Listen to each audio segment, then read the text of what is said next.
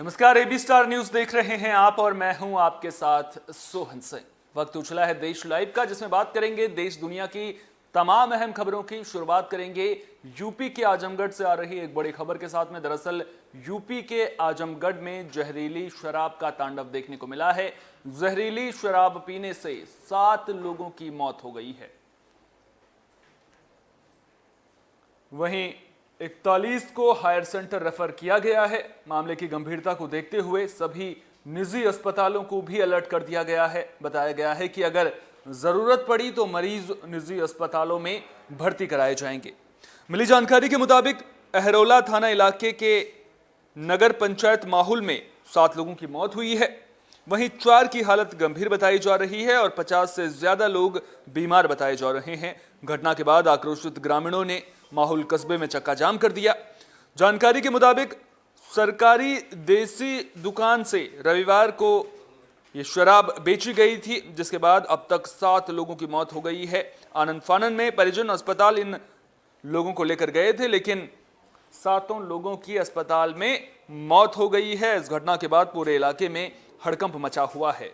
इसके अलावा 41 अन्य लोग हायर सेंटर में उनका इलाज चल रहा है। घटना की गंभीरता को देखते हुए आयुक्त विजय विश्वास पंत ने निजी अस्पतालों को अलर्ट पर रखा हुआ है। उन्होंने कहा है कि अगर जरूरत पड़ी तो हम मरीजों को निजी अस्पताल में भी भर्ती कराएंगे। लेकिन सबसे बड़ा सवाल ये कि आखिर जहरीली शराब से मौत का ये मामला कब तक सामने आते रहेंगे। आपको याद होगा कि पिछले साल अलीगढ़ में भी इस तरह के मामले सामने आए थे, जहां कई लोगों की मौत हुई थी। बिहार से अक्सर इस तरह की खबरें सामने आती रहती हैं और अब यूपी के आजमगढ़ से यह खबर सामने आ रही है। सवाल उठता है कि जो शराब माफिया हैं उन पर कार्रवाई कब होगी। और जो ये खबर सामने आ रही है, इसमें तो ये बात भी निकलकर सामने आ रही है कि जो शराब खरीदी गई थी वो देसी शराब की दुकान से खरीदी गई थी। तो अब ऐसे में सवाल उठता है कि आखिर शराब का जो जहर है वो लोगों की जान कब तक लेता रहेगा। प्रशासन इस मामले में कार्रवाई कब तक करेगा।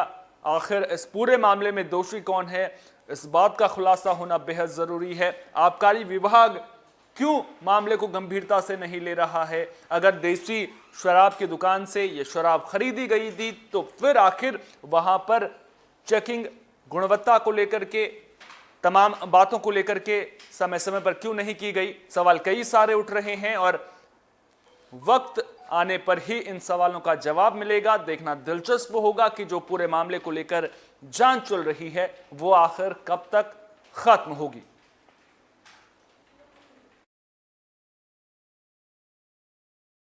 तो उससे हम नुकसान कर गए, बहुत आदमी परेशान है उसी से। कितने लोग मतलब आप दारू पिए थे?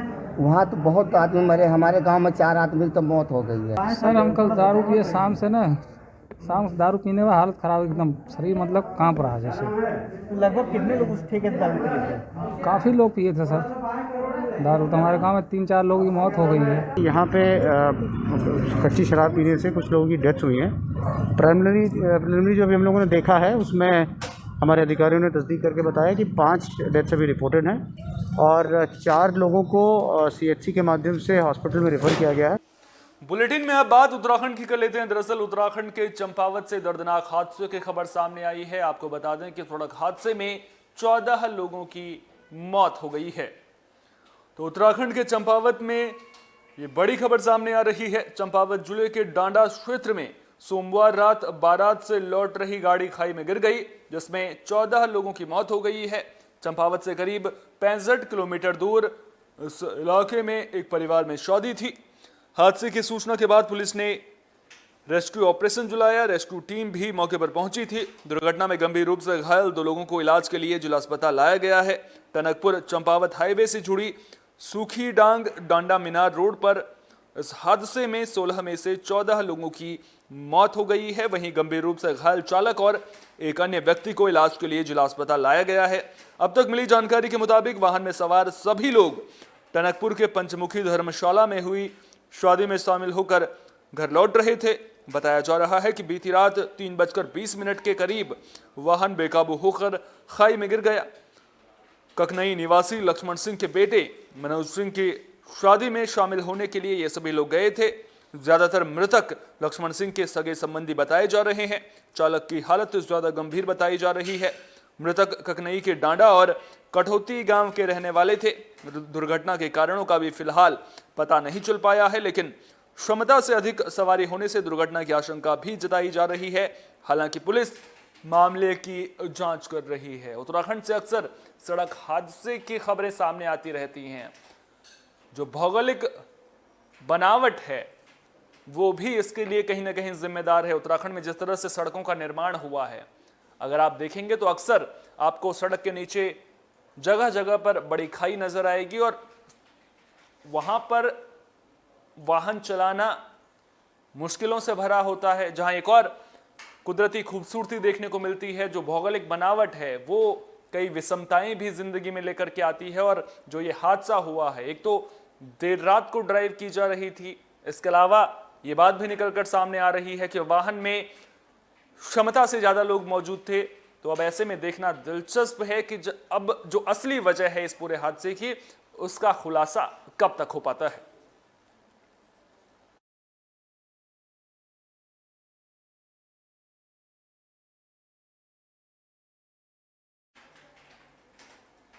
बुलेटिन में अब बात रूस यूक्रेन विवाद की भी कर लेते हैं। दरअसल रूस और यूक्रेन के बीच विवाद थमने का नाम नहीं ले रहा है और इस बीच रूस के कदम ने दुनिया के तमाम देशों को तनाव की स्थिति में ला दिया है। तो रूस के कदम से दुनिया भर में तनाव बढ़ गया है। वहीं यूक्रेन के राष्ट्रपति वोलोदिमीर जेलेंस्की ने देश को संबोधित करते हुए यह कहा है कि यूक्रेन किसी से नहीं डरता है। उन्होंने यह बयान रूस के आक्रमण के करीब पहुंचने के संकेतों के बीच दिया है। रूस के राष्ट्रपति व्लादिमीर पुतिन ने पूर्वी यूक्रेन के अलगाववादी क्षेत्रों की स्वतंत्रता को मान्यता देने के साथ साथ वहां पर अपने सैनिकों की तैनाती करने के आदेश दिए हैं, जिसके बाद तनाव लगातार बढ़ता जा रहा है। दुनिया के कई देश रूसी राष्ट्रपति पुतिन के इस फैसले की कड़ी आलोचना कर रहे हैं। यूक्रेन संकट को लेकर संयुक्त राष्ट्र सुरक्षा परिषद की इमरजेंसी बैठक भी बुलाई गई है। यूक्रेन पर यूएनएससी की बैठक में संयुक्त राष्ट्र में भारत के स्थायी प्रतिनिधि टीएस त्रिमूर्ति ने कहा है कि रूसी संघ के साथ यूक्रेन की सीमा पर बढ़ता तनाव गहरी चिंता का विषय है।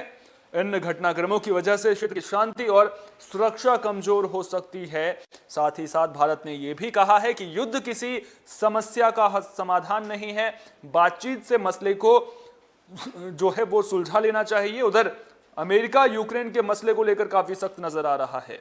अमेरिका, यूरोपीय यूनियन, नाटो, ब्रिटेन समेत कई देशों ने प्रतिबंध लगाने की घोषणा कर दी है।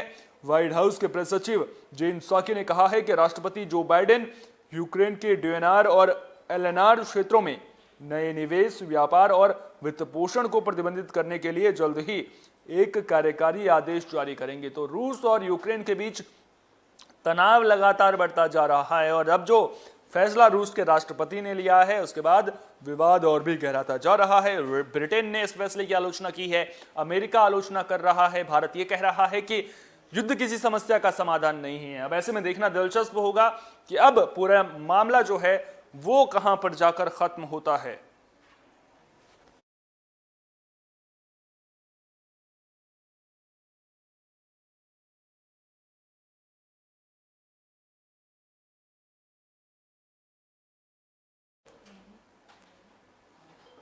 तो यूक्रेन और रूस के बीच विवाद लगातार बढ़ता जा रहा है। इस बीच यूक्रेन में फंसे भारतीयों के लिए जो निकासी अभियान है वो शुरू कर दिया गया है। एयर इंडिया की विशेष फ्लाइट वहां के लिए रवाना कर दी गई है। तो यूक्रेन पर हमले की गहराती जो आशंका है उसके बीच भारत ने यूक्रेन और आसपास के इलाकों में रह रहे भारतीय नागरिकों के लिए निकासी अभियान शुरू कर दिया है। सुबह एयर इंडिया का विशेष विमान यूक्रेन रवाना कर दिया गया है। भारत ने इस विशेष अभियान के लिए 200 से ज्यादा सीटों वाले ड्रीम लाइनर B787 विमान को तैनात किया है। इसके अलावा भारत की ओर से फरवरी में 2 और उड़ानों का संचालन किया जाएगा। दूसरी फ्लाइट 24 फरवरी को तो तीसरी फ्लाइट 26 फरवरी को यूक्रेन के लिए उड़ान भरेगी। रूस ने यूक्रेन के 2 शहरों को स्वतंत्र घोषित किए जाने और सेना भेजने के आदेश के बीच संयुक्त राष्ट्र सुरक्षा परिषद ने आपात बैठक भी बुलाई है। इसमें संयुक्त राष्ट्र में भारत के स्थायी प्रतिनिधि टीएस त्रिमूर्ति ने भी साफ तौर पर कहा है कि जिस तरह से विवाद बढ़ रहा है वो कहीं ना कहीं चिंता का विषय है। और ऐसे में 20,000 से ज्यादा भारतीय छात्र और नागरिक यूक्रेन के विभिन्न हिस्सों में रह रहे हैं। भारतीयों की सुरक्षा हमारी प्राथमिकता है। उन्होंने ये कहा कि भारत दोनों पक्षों को जो है वो संयम बरतने के साथ कूटनीतिक प्रयास तेज करने पर जोर देता है, यानी कि बातचीत के जरिए कूटनीतिक तरीके से समस्या का समाधान निकालना चाहिए। युद्ध किसी समस्या का समाधान नहीं है। इस बीच भारत के लोग यूक्रेन और उसके आसपास फंसे हुए हैं, उनको निकालने के लिए अभियान तेज कर दिया है। एक फ्लाइट आज रवाना कर दी गई है। इसके अलावा 24 तारीख को फ्लाइट रवाना होगी, फिर 26 तारीख को भी फ्लाइट रवाना होगी। साफ है कि भारत के लिए प्राथमिकता अपने नागरिकों की सुरक्षा है और इस कड़ी में भारत ने कदम उठाना भी शुरू कर दिया है।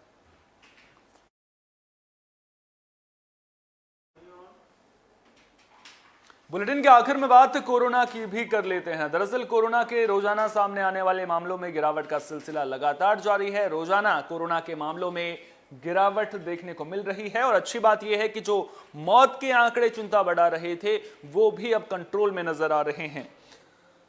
तो देश में कोरोना के मामलों में लगातार गिरावट देखने को मिल रही है। कोरोना के नए मामलों की बात करें तो पिछले 24 घंटे में 13,405 नए मामले सामने आए हैं। स्वास्थ्य मंत्रालय से मिली जानकारी के मुताबिक पिछले 24 घंटे में 34,226 लोग ठीक होकर घर भी लौटे हैं। वहीं मौत का आंकड़ा पिछले 24 घंटे में 235 पहुंचा है। आपको याद दिला दें कि कुछ दिनों पहले तक जो मौत का आंकड़ा था वो कहीं ना कहीं चिंता बढ़ा रहा था, लेकिन अब मौत के आंकड़े धीरे धीरे कम होते हुए नजर आ रहे हैं। और जब रोजाना मामले कम सामने आ रहे हैं तो इसका सीधा असर एक्टिव मामलों पर भी पड़ रहा है। एक्टिव मामले भी घटकर 1,81,075 हो गए हैं। साथ ही कोरोना से अब तक 5,12,344 लोगों की मौत हो गई है। वहीं जो दैनिक पॉजिटिविटी रेट है वो भी घटकर 2 से नीचे आ चुकी है। जो दैनिक पॉजिटिविटी रेट है वो अब 1.98% हो गई है।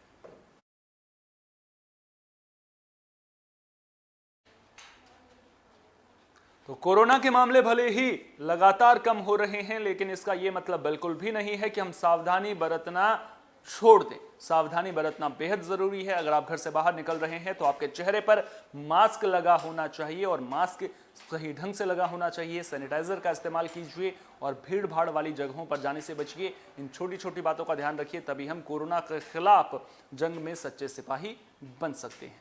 फिलहाल के लिए देश लाइव में इतना ही। देश दुनिया की तमाम अहम खबरों के लिए आप बने रहिए AB स्टार न्यूज के साथ, क्योंकि यहां पर खबरों का सिलसिला कभी नहीं थमता।